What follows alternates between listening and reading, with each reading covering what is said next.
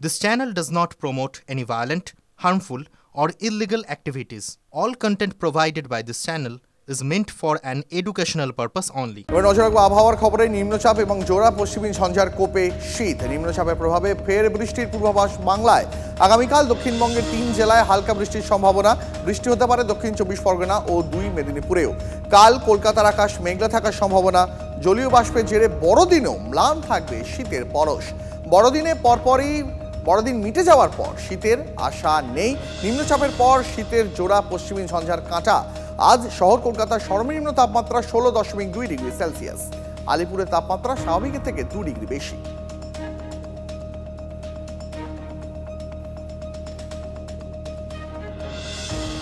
পরে খবরে নজর রাখবো 4 বছর পর আবার বিশ্বভারতী এবং শান্তিনিকেতন ট্রাস্টের উদ্যোগে শুরু হলো পৌষ মেলা।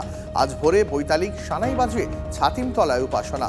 প্রথা মেনে আজ থেকে শুরু হলো বিশ্বভারতীর পৌষ উৎসব। ছাতিমতলায় উপাসনায় অংশ নেন বিশ্বভারতীর উপাচার্য, আশ্রমিক এবং পড়ুয়ারা। ছিলেন বীরভূমের জেলা শাসক বিধান রায়, বীরভূমের জেলা পরিষদের সভাধিপতি কাজল শেখ। এবারের মেলায় থাকছে প্রায় 1800টি স্টল। হেরিটেজের এই স্টল হওয়াটা খুব জরুরি ছিল এবং আমরা তো বহুদিন ধরে ইউনেস্কো বলার আগে থেকেই আমরা ঐতিহ্য, কিন্তু ইউনেস্কো রেকগনাইজ করেছে, বিশ্ব ঐতিহ্য বলে ঘোষণা করেছে। সেটা পৃথিবীর কাছে একটা ধরনের স্বীকৃতিও বটে।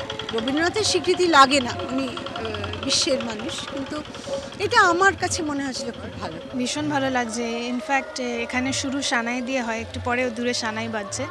তো এটা একটা অভিজ্ঞতা যেটা কলকাতায়ও পাওয়া যাবে না, যেটা ব্যাঙ্গালোরেও পাওয়া যাবে না, এটা শুধু শান্তিনিকেতনেই পাওয়া যাবে। এবং সেই জন্যেই বারবার আমার এখানে থাকা। পৌষমেলা হলে মনে পড়ে যায় যে এটা ছেড়ে যাওয়া যায় না। এটা খুবই একটা অদ্ভুত অনুভূতি। শান্তিনিকেতন, রবীন্দ্রনাথের ঐতিহ্য, এই সমস্ত জিনিসগুলো দেখে বেরিয়েছি। দেখা বেরোনোর পরে এই মেলাটা যেহেতু আজকে শুরু হচ্ছে, আমি বেরিয়ে যাওয়ার আগে ওর জন্য একবার দেখে বাড়ি ফিরে যাওয়ার জন্য এক্সাইটমেন্ট তো আছে। দেখুন এত লোকজনের ভিড়, এখানে পড়াশোনা করে যে এই জিনিসটা করতে পারছি, ট্যুরিস্ট হিসেবে আসা আলাদা, স্টুডেন্ট হিসেবে আসা আলাদা।